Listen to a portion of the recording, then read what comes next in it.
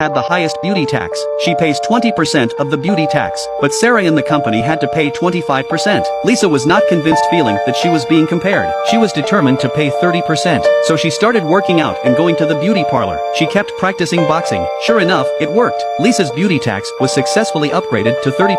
That's 5% more than Sarah at work, but she paid a heavy price. Her bank card balance is zero. How can I live on this day? Suddenly a co-worker told Lisa, 25% of Sarah had plastic surgery into the current appearance. Lisa asked her why this.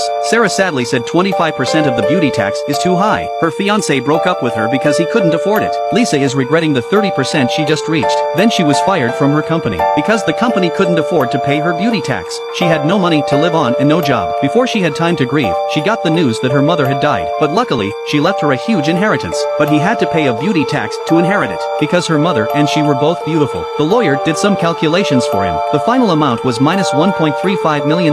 This was a big worry for Lisa. Then Mike gave her an idea. Since he didn't want to pay the tax, he could just make himself up as an ugly girl. The next day, Lisa was transformed into the image of Crayola. The taxman had never seen such an ugly woman. The machine couldn't even recognize Lisa's face, so they just exempted her from paying taxes. Lisa was so happy. He was able to inherit his mother's estate. But a few days later, the court suddenly came to his door. Lisa was arrested for violating the beauty tax law.